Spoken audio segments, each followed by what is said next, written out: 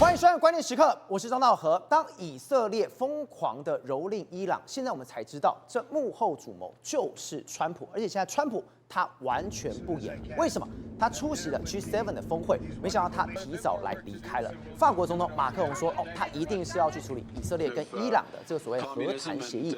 没有想到，川普马上发文去打他的脸，他说这件事情跟我的离开根本什么停火完全都没有关系，因为远比那件事情还重大，比停火还要来得重大。这代表什么意思？他现在继续放行以色列。你看到了，包括了核子的这一些的实验家，包括一些高阶的将领，包括一些基地，甚至这些飞弹的发射器，通通都被毁了。这代表什么？伊朗的手脚都已经砍断。对于川普来说，现在最后一里路就是什么？就是地下核设施。现在川普就是要拿所谓的碉堡客卿，就是所谓的钻地弹来当做筹码。如果你今天伊朗愿意上谈判桌，你还有活的机会；但是你今天伊朗不听的话，我就轰下去了。最后结果我让你什么都没有。好，我们现在介绍今天的来宾，第一位财经专家黄世聪，大家好；时事评论员张宇轩，大家好；资深媒体人姚慧珍，大家好；资深社会记者王瑞德，大家好；资深社会记者林玉峰，大家好。志彤，我今天看到 G7 的时候，我心里想说，莫名其妙，不是有没有开开心心去？你提早离席，我心里想说，总算可以看到中东和平了。甚至连法国总统马克宏他都说一定是去处理和谈事情。是不是川普马上就发文了？马克宏在想什么东西？你根本不懂我。他说什么？这件事情绝对跟停火无关，远比那件事情更重大。天哪，这代表什么？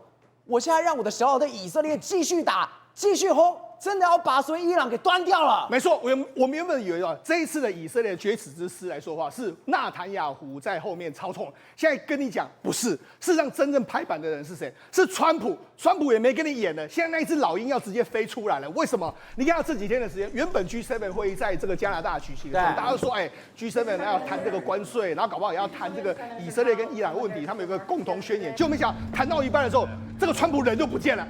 人都不见的时候，然后马克龙马上就说他人不见，他是要回去处理以色列跟伊朗之间的停火问题啊。就他这样讲之后了，这个川普回到白宫之后，马上就打他脸，说什么？他说怎样？马克龙为了博取关注，总是错误的声称我离开加拿大是为了要返回华盛顿处理以色列跟伊朗之间的停火协议，根本错了。他根本不知道我现在为什么要华盛顿。对，这件事跟停火无关，那比那件事更重大。不管是故意还是无心，他总是这个搞错。所以他讲，他狠狠的打脸的马克龙。人家马克龙好歹也是法国总统，你给他不修其面的这样修理他，为什么这样说？因为我跟他讲，他这一次真的铁了心的，他要证明给大家看，你不听我的话，最后的结果是什么？他可能现在呢，连伊朗的最后的希望，他要把它端掉。什么把它端掉？我们伊朗目前在福尔多那边有一个最后他们仅存的浓缩铀在那个地方，对，它是位在地底下90公尺之深。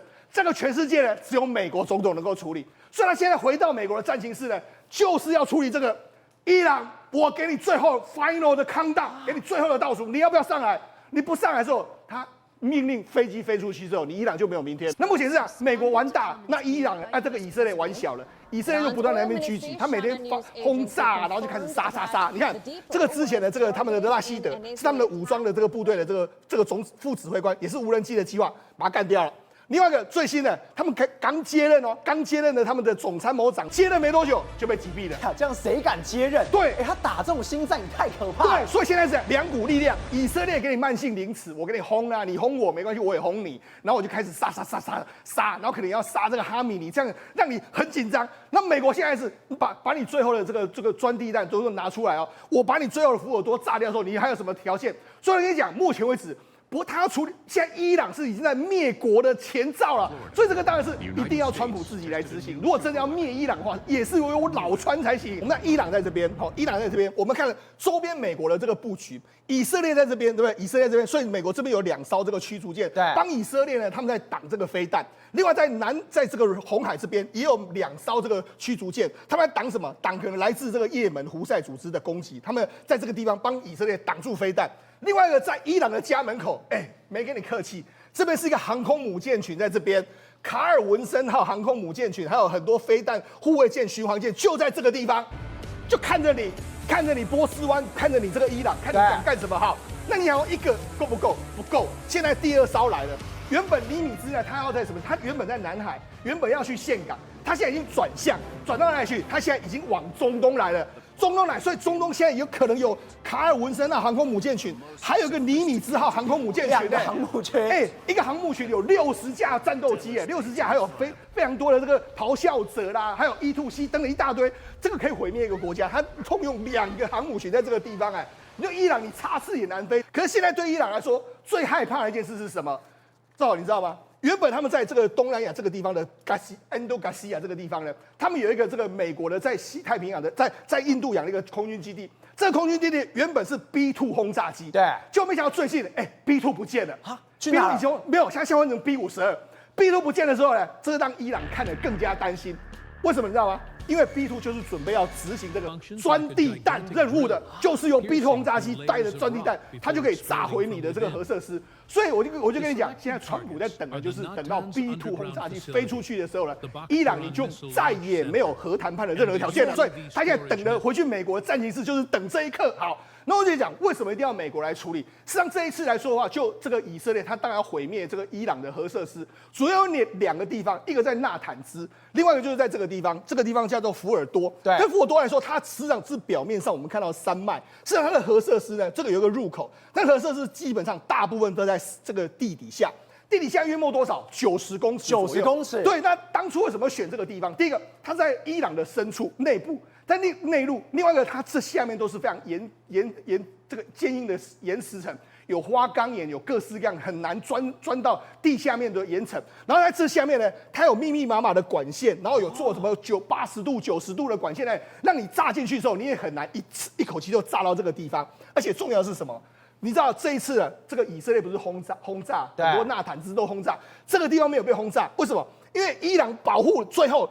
所有他们现在家底俄罗斯的萨姆300全部都在这个地方所以现在它剩下的东西，它最强的防空飞弹，都部署在这。对，所以我就说，这一定要谁来处理？就由川普来处理嘛。好，那我就讲，这就是我们现在所知道，它地底下，它用的是这种非常坚固的这个强化的这个混凝土，然后它里面有很多设施跟隧道相通，有90度的这个转弯，所以攻击难度很增加。里面还有90度转弯，所以你炸完之后，感觉是有一个区域损伤，是它不是整个区域爆炸。所以也就是说，你这个要炸它很难。那根据美国这几年有没有想要炸它？美国当然有。美国因为一开始这个川普是要他谈判，但如果谈不成的时候，川普也有轰炸他的这个选项。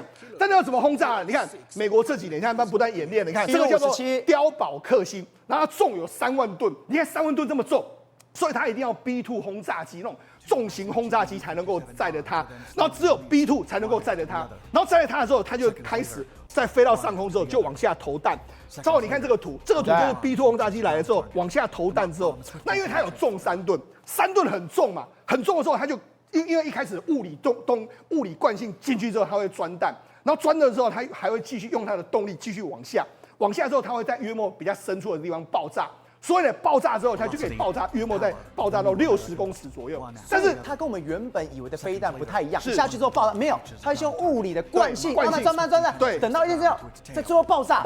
所以你不管是在90公尺的地方，我照样炸得到你。但问题是什么？它只能够最多60公尺，所以90公尺要怎么样？要用2次。也就是说，我第一次投到这个位置之后呢，照我这个任务难在什么地方？我们看到这个电影曾经演过这样的画面嘛，对。第一个地方，我先一个钻地弹钻进去，到60公尺爆炸之后，第二台飞机要再飞过来，然后在同个地方再丢下去，一模一样地方下去，再钻下去，再往下钻。如果往下钻的话，就有可能会钻到90公尺，那就可以命中那个目标，然后把它摧毁。所以呢，这个。美国演练过非常多次了，美国已经开始用这个 B2 轰炸机，演练这几年他们都在演练同个地方，我投掷这个 GB57两次，这样是不是能够真的炸到90公尺？他们的证明是 OK， 没有问题的。所以也就是说，他们这一套呢，他们都是最机密的，都完全由美国的机组人员，还有美国的武器的人员互相负责。那事实上，美国有没有做过类似的事情？美国有的。我们在1991年的波湾战争之后。当时他们叫做 GBU 这个28，那 GBU 28它只有2公吨左右，跟现在的 GBU 57 3公吨是不一样。因为当时呢，在伊拉克本身它有非常多的地下碉堡，那第二个美国也是一样，美国也是用过这样的方式，他们就当时有丢非常多的钻地弹去炸。你看，就是这个，就伊拉克当时的地下碉堡，中间它上面破了一个大洞，就这样钻进去打的。对，钻进去才能够打到它下面的一些所谓的坦克车的装备吧。他们就这样。好，那他们当初形容是什么？因为伊拉克曾经接收过、被轰过，所以他们知道。他就说一样，他下去之后呢，第一个时间它爆炸。对，爆炸的时间点里面来说的话，如果你里面有人员，你也会第一个就完全阵亡。因为它马上就温度升高到5000度的这个高温，5000度高温继续再往下嘛，往下之后，然后当时的所有人，大家完全都会被气化，完全气化了，就完全都不见了，一瞬间的事。对，一瞬间，所以你要进去，所以你看他们这个美军到达这个人员到了这个地方之后，其实下面都没有人的，对，只剩下装备在那个地方，因为人都完全被气化了，把你被气化之后，吓死人了，对。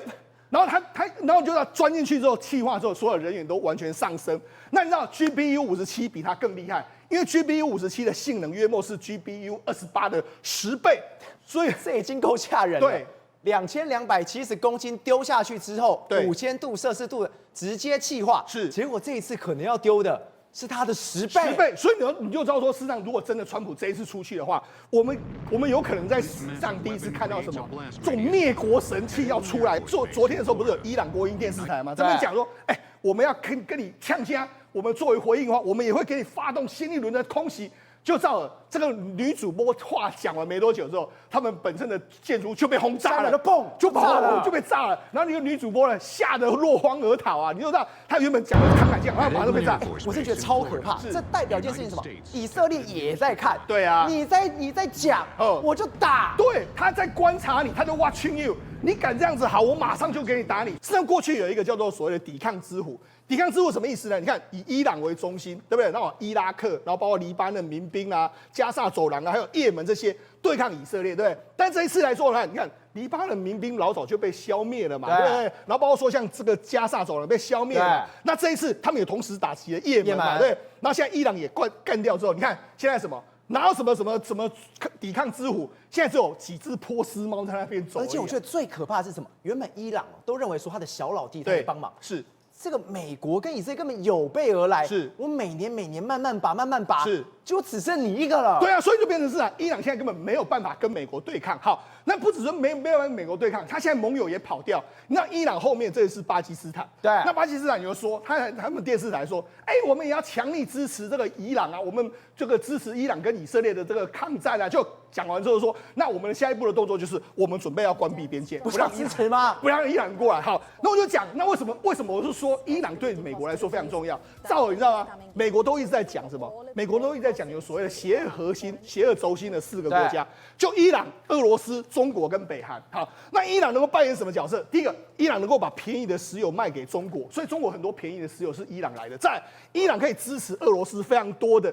所谓的无人机，让他在打俄乌战争。我跟你讲，假设伊朗今天被彻底端掉，甚至政权轮替的时候，我跟他讲，这个对于川普来讲，就是你所谓的邪恶的轴心4个国家崩坏的开始。所以这个对川普来讲的话，太有战略意义，而且它也是他表演 Trump time 的一个时间点。所以我跟你讲，川普接下来绝对会好好表演，他要跟全世界讲，这场战争不是纳坦雅胡在说话，这场战争是我川老大决定的。宇轩，以色列他真的太狠了吧？你除了武力单方面碾压之外，心理战狂打，这个画面是什么？这个是以色列官方释出来，他们在打什么？在打 F14。F4大家可能没有印象，没关系，你看过《捍卫战士》，你就会知道说，这个就是当时《捍卫战士》它的这所谓的原型机。而为什么 F14会在伊朗？非常简单，当时伊朗跟美国交好的时候，伊朗跟美国买的。但问题点就在这个地方，为什么我说要打星战？我现在一台一台轰给你看，这代表什么？美国不会来救你的啦，他已经放绿灯让我打了啦。照过去呢，中国曾经有一段话叫做“割袍断义”，有这句成语。而现在呢，就是现代版的割袍断义，因为理由很简单，这个 F14呢是在2伊战争的期间呢，美国在1970年代的时候所提供给伊朗。那时候呢，伊朗仰赖着所谓的 F14，因为它这个原本呢是属于舰载机的设计，专门for空战。打下了至少我们讲伊拉克上百架战机，所以换言之，这是美国跟伊朗曾经友好的一个象征。而当今天以色列呢特别去轰炸这个 F14，这个 F14没有在用，对，它就是摆在那边好看做纪念而已、啊。他在羞辱他吗？对啊，他每一个轰都在羞辱吗？我们讲就把你的最后那一点念想啊给掐死在手掌心，对，不让你有任何念想。所以我想坦白讲，炸这个东西就无聊，但是他就偏偏要跟你炸，一台一台炸。对，因为它现存的机型哦，本来就已经剩下所剩无几了，会摆在那边呢，就是做纪念，他就给你一台发射单元给炸掉。那你如果问我的意见哦，会不会下一刻美军也要动手了？谁知道？因为我们刚才一直在讲说那个 Jaden 或者是他一些钻地弹，能够彻底的把伊朗给完全摧毁殆尽的，得要美国点头同意嘛。而当这个东西被炸掉的时候，我觉得下一刻很有可能美国就会动手。但是以色列狠是狠在哪里啊？他现在所做的任何一个动作，让你是手无搏击之力。你要首先要第一件事情，它飞越1500公里。你知道飞越1500公里，它代表一个概念。如果说呢，我今天没有任何的目标，或者我的目标呢可能会移动、会丢失的状况下，我不可能让我的 F-35或我的战机飞这么长的距离，最后空手而归。对，所以当它飞了1500公里的时候，你要仔细注意一个概念哦，它就是知道你重要设施所有的 location 跟它的状况，跟是否在运转，还有它现行的一些，就代表说地面部队全程掌握的清清楚楚，他们通通都知道了。所以你看哦。它空袭的时候，它炸了哪些单位？比如说呢，我们现在看到的画面就是它把所谓的地对地的这种飞弹设施，以及储存的设施，还有发射施，全部呢都给摧毁，甚至是我觉得这个更厉害。为什么？它连卡车发射器跟飞弹，它也打得到。你现在看到的画面哦，它会把一台有没有看到？对，这些都是卡车型的飞弹发射器。它还在动赵尔，移动中照样打，照样轰，照样精准，所以这代表无所遁形啊！你伊朗以为说敌在明我在暗，结果没有啊！你全部的画面、全部的情资、全部的状况都在以色列掌握里面，所以他才有办法说，即便你移动，我都一个一个把你打下来嘛。那甚至更可怕的是什么？他让你瞎了眼睛，我不只让你没有还击的余地，把你手脚都给我们讲弄断。在行星实验室卫星图它显示出一个大布里市的这个北部的地方，他们有这个所谓的飞弹基地的检查站。你看哦，这个都是在山脉的区域哦，而且原本一共有3座哦。对，就是炸了之后，你知道后来发现什么事情吗？变套天耶，变露天的。你看这个画面有没有看到？直接你就看到内部了，原本都是屋顶哦，灰茫茫的一片，就炸完之后，有到这么准，用一个卫星地图把它1、2、3点弄出来，然后马上炸。结果就成功了。我们现在看到最可怕的东西就是每一个东西都有画面，他们你要觉得毛骨悚然啊！就是你所有的地表的设施呢，都在我的视线范围之内，我随时要看你都可以看你。我要打开呢，跟打开我家的监视器一样。所以你知道吗？甚至是它包括以色列人还干嘛？你伊朗是不是要还击？所以我派了100架无人机去给你还击。就伊朗也把这个画面录下来。第一个，你无人机的路径我也知道，然后我就用飞弹箭呢一个一个来，你看哦。到空中一半的时候，biang，突然变成火光，在天空放烟火，为什么？拦截，他直接把它拦截下来。OK， 所以你看到他讲说什么？你们可以呢自由射击，先在空中呢肯定，这是什么意思？这是他的通讯的声音，代表说他完完全全处变不惊。但你过来的时候，我就直接把你给歼灭掉，甚至是呢，因为伊朗本身1/3的飞弹发射器都已经被歼灭了。那你知道以色列讲多狠吗？说好，没关系，有种你再打导弹过来。你打导弹我就把你剩下的2/3都灭掉。所以你看这是伊朗目前它炮火所笼罩的范围，大部分都是中西部的地带。那中西部地带呢，它有一个特色，这个特色就是说都是人口密集的地方，而整个以色列派出大概是50架的战机，但这50架战机呢，把它整个中西部高达100处的目标，有一些是飞弹处，有些是呢核设施，有些是关键的储备基地，有些是我们讲卡车。全部都摧毁殆尽，所以以色列根本就是单方面的去蹂躏伊朗啊！我要怎么打，我要怎么轰，没有人可以挡得住。坦白讲，我觉得现在伊朗处境很艰困的，为什么？因为第一个，你确实还有一点手脚。如果我们以3头6臂上来讲你只是被炸断了一双手而已。对。但是剩下的手呢，人家就拿着枪盯着你，那你想说我要含扣他，但是我一含扣，我可能2只手都没了。我觉得更毛骨悚然的是什么？他这个所谓的纳坦兹核设施，对，它是先从以色列的角度跟你讲说我的弹道飞行的方向，然后一路到这边呢，他会先给你看地表的这个3D 成像图。更可怕的是什么？地表的3D 成像，他跟你讲1、2、3、4、5、6这6个点红处我要炸的，但炸完之后，你以为我这么傻吗？不是，他连地底下3层，他都开始用透视图一层一层，有没有看到？开始出现喽，而且出现之后呢，更可怕的是什么？连里面有什么说，你第1层啊，比如说是做研究的，有床铺、有放物资的地方；第2层开始呢，有所谓的导弹设施，然后你的第3层有什么？第3层就是浓缩铀的离心机。我都完全知道你的整个立体的规划图，他掌握的也太细了吧？不，更细的是怎么着？很可怕哦。他说你离心机啊，如果你停止的状况下，我打你啊 ，OK， 你的浓缩铀是可以保存的。所以呢，我就是等到你在运转，在高速运转的时候呢，我再对它发动，让你的核心的物质呢全部变成碎片。换言之，连你什么时间点在做什么，这搞得像什么？Baby monitor 啊，所以你想想看，在这种状况之下，你若是伊朗，每个人都被斩首，关键物资都被他击毁，你还有那个心思想要跟他作战吗？玉凤，我们刚刚有特别提到哦，现在伊朗人心惶惶，我们人心惶惶，草木皆兵。我旁边到底是敌还是友？现在伊朗夸张到什么样的程度，你知道吗？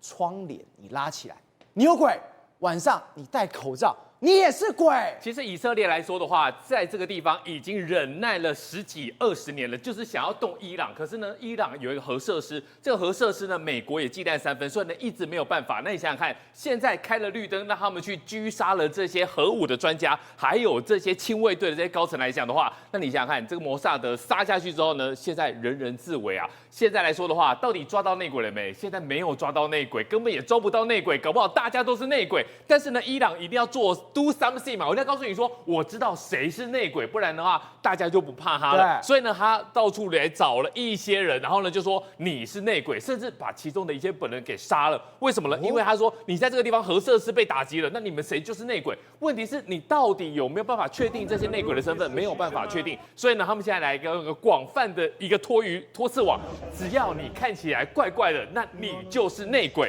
怪怪的。对，你这样看到，而且他做出很多的海报哦，他就说，如果你的邻居发出异常的噪音，房屋发出异常的噪音，有金属设备的尖叫声或撞击声，那可能就是有问题。还有就是有一些车子来运送包裹也有问题，这个最离谱，产生大量的废物，不寻常的化学废物。我不相信一个间谍会产生废物或是化学废物，他一定非常低调嘛。好，然后这个就比较有可能，他说如果有不定期大量夜间磨坊的人来流动的话，那就是有问题的内鬼。甚至呢，如果你这个房子没有妇女和儿童的房屋的话，那也要去清查。但最可怕的一件事情是什么？如果面对路人或是建筑监控，就是我们路上有的监视器嘛，对，你面对这些监视器，你出现紧张或保守的行为，你绕道而行，那你就是内鬼。这像我们之前看《无间道》的里面的一个剧情，如果有一个人在做事情的时候不专心还偷看你的话，那他就是内鬼。现在大家以前觉得是笑话，现在伊朗把它当成是真的，甚至的话，你要戴了太阳眼镜、戴了口罩，那你也是内鬼。最可怕的一件事情是，我不知道内鬼还有特定品牌的车辆的一个 sponsor， 如果你开尼桑的，你就是内鬼。跟你上次对，然后呢，你开皮卡车也是内鬼，甚至你房子白天拉上窗帘，你都是内鬼。我们看到有一个状况来说的话，你也要小心哦。如果你频繁收到快递员的包裹，那你也是内鬼，因为他说一定会收受一些现金，或是收受一些资料。可是我们在想，如果真的你要抓住内鬼的话，你已经发生那么多天了，你有办法抓出来吗？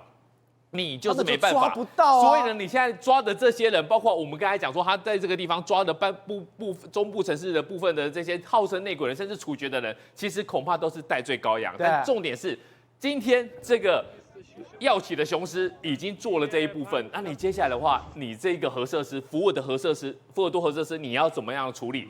其实非常非常的痛苦。为什么呢？因为你要把它打到福尔多的核设施的话，简单来讲，你必具备要两个东西。第一个就是巨型的钻地弹，只有谁有？只有美国有。2004年他们去研发的。你要在它的钻地弹，只有这个 B2 轰炸机，只有谁有？只有美国的有。以前美国人他做什么事情？我偷偷的把弹药丢到你那边去，然后呢，你自己带去炸，炸完之后关我什么事？美国会一起谴责那个投炸弹的人。问题是你这2个巨型钻地弹跟这个 B2 轰炸机啊，就只有美国有。问题是现在来讲的话，以色列他可能会自己来做一些你想不到的事情。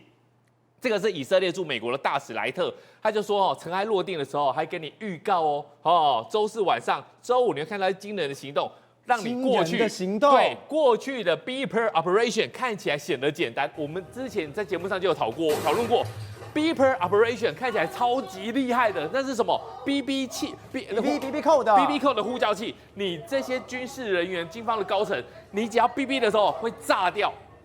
你瞬间就被炸烂了，然后甚至呢一度扯到我们台湾，还说那个 BB 扣是我们台湾制造的，根本跟我们没有关系。但是你不觉得那已经很厉害了吗？如果你今天莱特刚才讲说会让这个 Beeper Operation 看起来显得简单，那你到底是要做的多复杂？对，其实以前他们在叙利亚就玩过这个了。叙利亚那个地方有一个地底下的话400多英尺的一个地方，他们就叫深层。这里面放什么东西？放一些相关伊朗提供它的这些精准导弹，然后呢放在叙利亚。那你发现叙利亚的话会用来干嘛的？其实叙利亚就是面对以色列，伊朗提供给叙利亚就叫叙利亚，你藏好，有需要的时候直接从叙利亚去攻射以色列。那你想想看，以色列在这个地方每天提心吊胆，我都不知道你会不会从4000多英尺的地方把这个核导，把这个导引飞弹拿上来投射我们。那怎么办呢？他们做了一件很伟大、很厉害的事情，有120个突击队员哦，就直接坐直升机从地中海跑到了叙利亚去。你知道为什么要坐直升机吗？因为你的低空，你的飞行比较低的话，你的高空雷达是探测不到的。然后呢，就过去了，而且深入了200多公里，200多公里，你代表什么意思？代表你必须要在地中海上面，然后呢，必须要在深入对方敌国领土上面做空中加油。你既然有办法做到这样的事情，好，到了那个地方之后呢，你知道吗？叙利亚的军事设施就是这个深层。它是没有太多的武器，你想想看，我要去那个地方搞你，我怎么可能要带了太多的重型武器呢？所以呢，它只有人员的装备跟轻机枪。就去了之后呢，这个深层它的门口是有很多刚硬的一些加固的一个设施，他们现在用当地的推土机，就直接用推高机，直接把它给翻过去。翻过去之后呢，深入到地下的400多英尺的地方，把它给炸了。所以呢，如果你今天美国不提供我这个 Massive， 就是巨型专利弹，你也不给我们这个 B2 轰炸机，我们照样干都没问题的。对，简单来讲，你美国不出手，我们就用这一种比较深入的方式，慢慢的流，你说可不可行？我觉得以色列它这次精准打击的能力来讲的话，是相当的可行的。宏观取材，厘清真相，犀利精准，深入剖析，时刻掌握关键新闻时事，不漏接。老时段，新气象，我是钟浩和，关键时刻2.0全新出击。